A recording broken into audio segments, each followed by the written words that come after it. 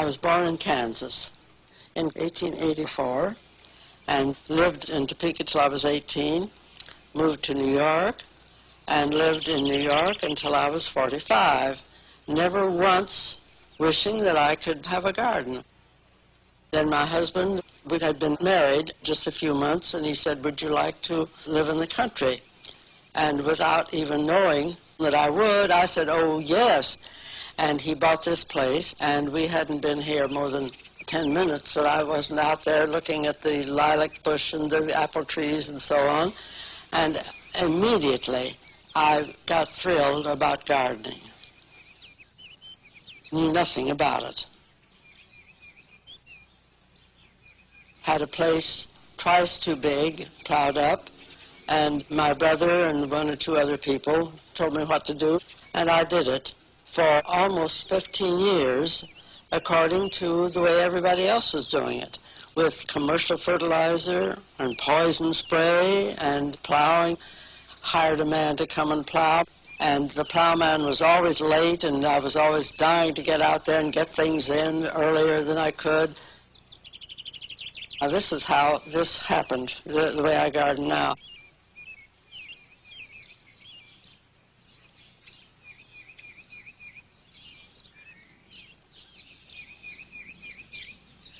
One morning in early April, I went out to the garden, couldn't do anything, just went out to shed a tear because I couldn't begin to plant. The plowman hadn't come. I walked over to the asparagus, and I said, we don't have to plow for you. Why do we have to plow for the other vegetables? And the asparagus said, you don't. Go ahead and plant. If the asparagus had said that to anybody with any sense, they wouldn't have paid any attention. They would have said, well, you're a perennial, because asparagus, like a tree or like a rose bush, just comes up every year. But anyway, since I wasn't very smart, I just ran and got my seeds and planted them, and that's been going on for 35 years. I never had a plowman again.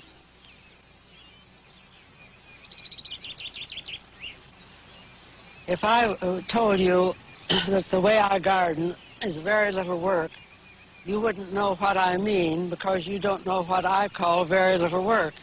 You might think that I meant I only work 6 hours a day instead of 12. So I'm going to tell you exactly how I garden. I have a vegetable garden, 45 by 50, in which I grow vegetables for 2 people all the year round. I'm sorry to make you jealous, but I haven't been in a supermarket for at least 14 years. I grow all the vegetables for the 2 of us, freeze the surplus, and do all of that work myself. I have a few flower beds, not big ones, but a few. I do all that work. I do all of my housework, my cooking, and I answer a terrible lot of mail, and I never do any of this after 11 o'clock in the morning. Now, the hands go up. Your hands are going to go up and ask me what time I get up, and my answer to that is somewhere between 6 and 8, according to when I feel like it and when I want to. And the first thing is a long, leisurely breakfast, Roman style, stretched out on the couch. But I'm all through with all of this after 11 o'clock in the morning. The reason is that I never plow or spade or cultivate or weed or hoe or use a fertilizer or use a poison spray or use a compost pile or water. I just plant and pick. The reason that I can do all this is because I keep my ground covered all year long on hay mulch, which rots, fertilizes the ground, keeps down the weeds, keeps the ground soft, and that's all there is to it.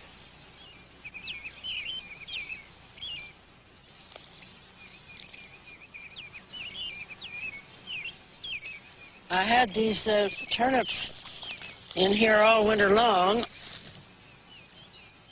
and I've picked most of them.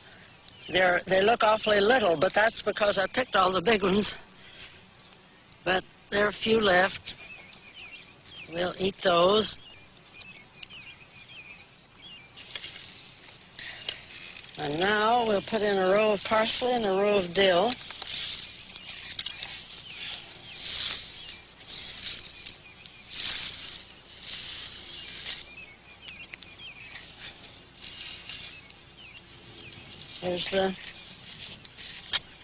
We eat them together, so we plant them together. Why not? Now, all I do anyway, just sprinkle the seeds.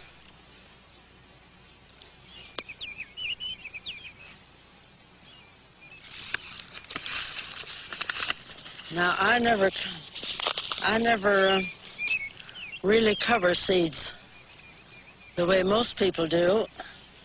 Little seeds like this, I just pat the row a little bit, and they're planted.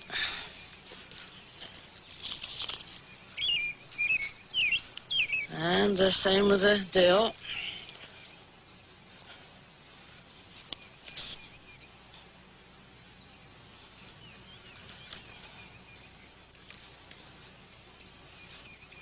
Since weed seeds can come up all over your garden without your fooling around planting them, I don't see why the other things can't too, so now they're planted. That's it for the parsley and dill. Now I'm going to plant some potatoes. No, I'm not going to call it planting. Everybody wouldn't dream of planting potatoes like this, but I can think of no reason why not. They grow.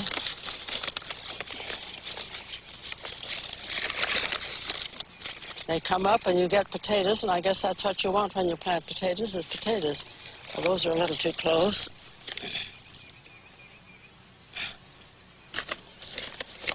See, I had these in the house all winter. And then they begin to sprout, and then instead of throwing them away, you just come and throw them on the ground. And later on in the year, you come out and pick some potatoes. It's very simple.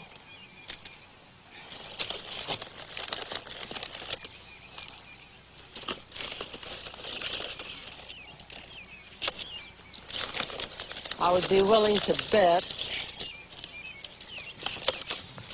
that 99 out of 100 people who see me do this wouldn't do it themselves. But that doesn't bother me. That's it. Potatoes are planted.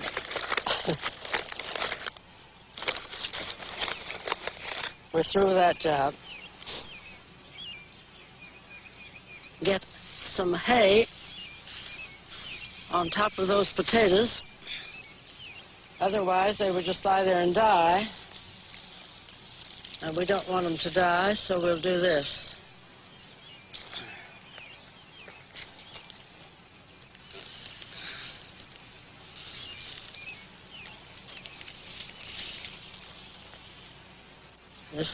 This keeps the...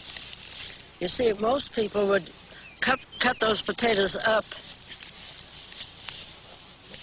with just one sprout in each piece of potato, but you don't have to, and I don't do anything I don't want to do unless I have to, and I don't have to. So there we are.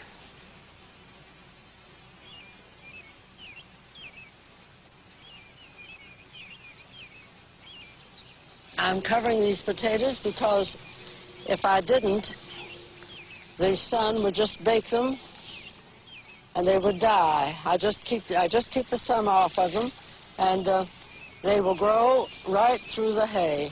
You can't do this with a hard hay, or they couldn't get through. I never put any hay on top of seeds. The hay around the garden is for two things. The main thing is to fertilize your soil, but the other thing that the hay does is keep your ground moist. In all of the over 35 years that I have planted this way, I have never had to water once. As I plant all my seeds now, I take just a little cottonseed meal and sprinkle it right with the seeds. Just in case it does rain too much, cottonseed meal supplies the nitrogen that plants have got to have.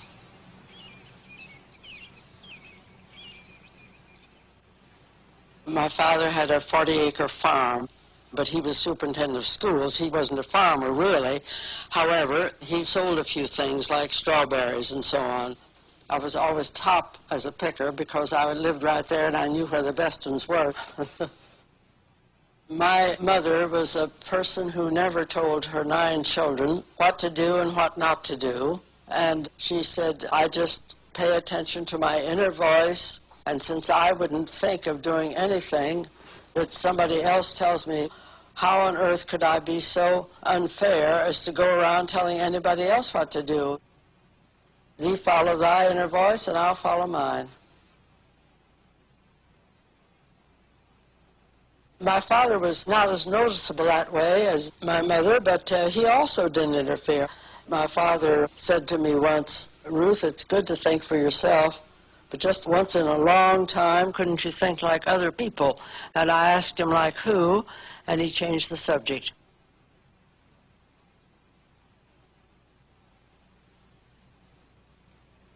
My mother never scolded. But she had tricks. She could protect herself. For instance, she loved to read, but in those days, you couldn't go to your bedroom and read in the wintertime because you didn't heat your bedroom, of course. And the only place you could read in the winter would be in the living room, which was warm. With 9 children, don't tell me that you could sit there and read for a few hours and not have some of the children come in and interrupt you, you see. But she had her little trick. She'd sit down to read, and she'd have a basin of very cold water right there by her side with a washcloth in it. And if any of us would come in to ask her something, she would just say, oh, come here, come closer, dear. I didn't hear what you said. What did you... Oh, honey, your face is dirty. Do you think we'd go near when that basin of water was there? No, indeed.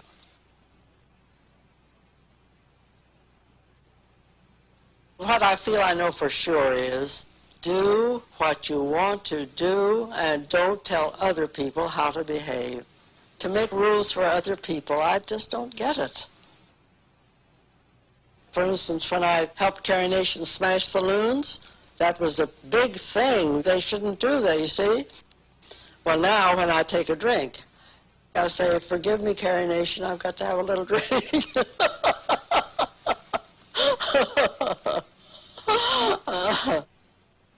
Yes, I helped her smash saloons.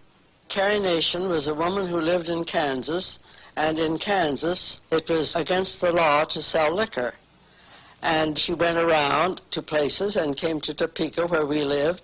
She would get a group of people together, mostly women, and they would go to a drugstore or someplace which was illegally selling liquor. By the way, I was 16 years old. It was in 1900.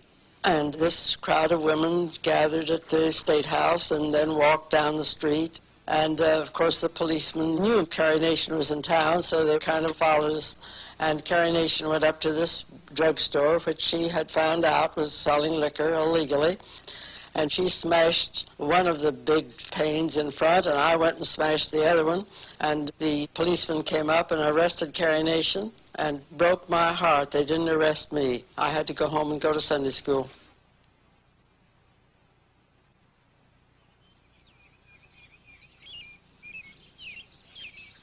There's nothing dull about gardening, I can tell you that. You saw the raccoon cage. Well, for raccoons, that outside fence doesn't do any good. They just get over that and then eat your corn. They don't eat anything else but corn. And I got so desperate trying to protect my corn that my brother built that cage for me.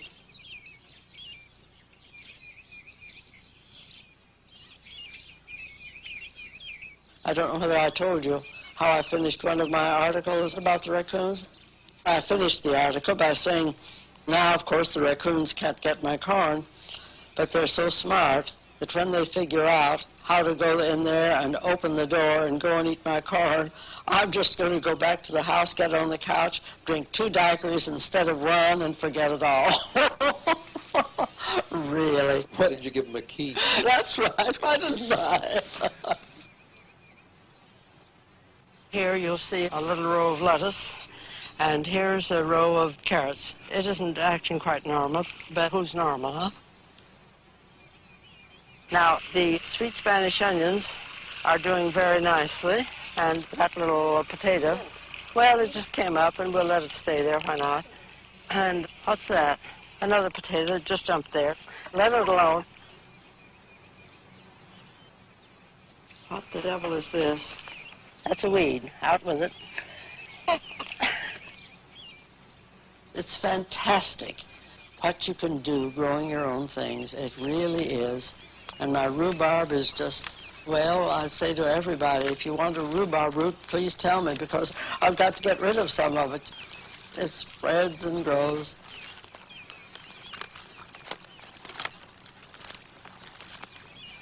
Now, I don't know how many people are interested in soybeans, but they are full of protein, as I guess we know. But almost nobody grows soybeans, because if you go and buy soybeans in a market, they don't taste very good. But if you grow your own soybeans, they are absolutely delicious. I've had 7,000 people from every state in Canada to come and look at the garden. I keep a book where they write their names, you see.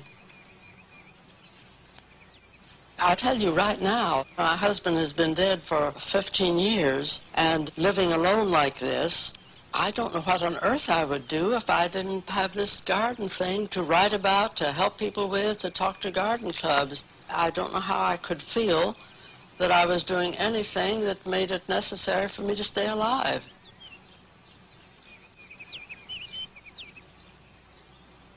I don't lecture a garden club. I talk maybe for 5 minutes, and then it's open to questions. It's not a talk, it's a conversation. I don't think I could have gone through it year after year, getting up, yap, yap, yap, yap, yap, yap, yap, you know, trying to say the same old thing over and over. When they ask me what I charge, I say, whatever you give your most highly paid speaker. That sounds conceited, but it is because I found out that they give the highest amount to people who tell you how to put flowers in a vase, and I've got something more important to tell you than that. That's an art in Japan. What, dear? Flower arranging is an art in Japan. In Japan.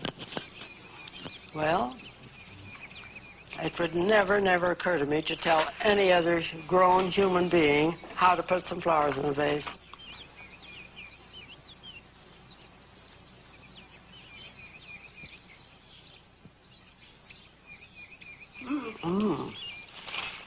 This is so good.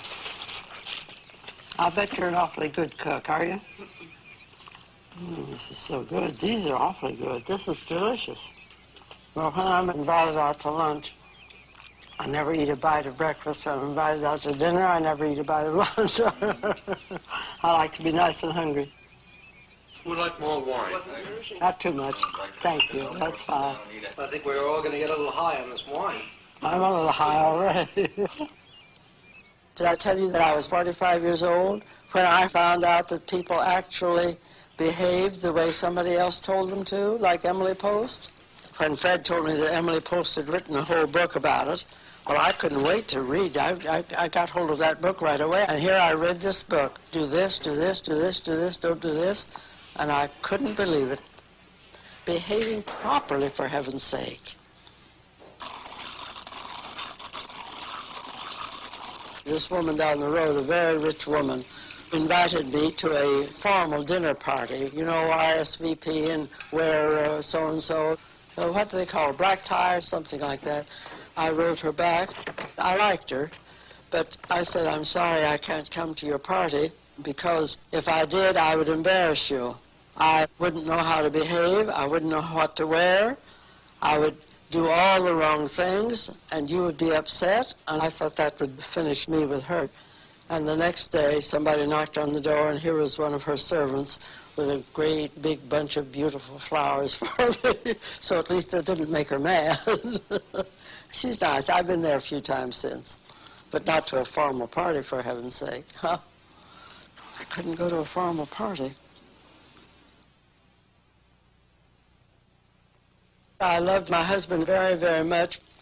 I really mean it when I say that I'm sure that he is the only man in the world who could have stood staying married to me, because I always was out of order. I mean, the things I did, I would go down there to garden, and the minute I got down there, I would take off all my clothes and garden naked. I've always loved the air on my body. And I never said a word to Fred about it one way or the other. It never occurred to me to mention it to him. And I came back every evening around 5 o'clock and put my clothes on before I came back. And one day I came back at 6. And Fred was out in the barn doing his stuff. He made all these wooden things and so on. And shortly after I got in, he came in and he said, "Oh, you worked longer today, didn't you?" I said, "But how did you know?" I was just curious how he happened to know. And he said, "It was easy. As a rule, as the cars go along the road, after 5 o'clock, they just go on. But up until 5 o'clock, they kind of go very slowly, and then you look down where you're gardening." So I knew that you didn't come up until 6, because up until 6, they still stopped.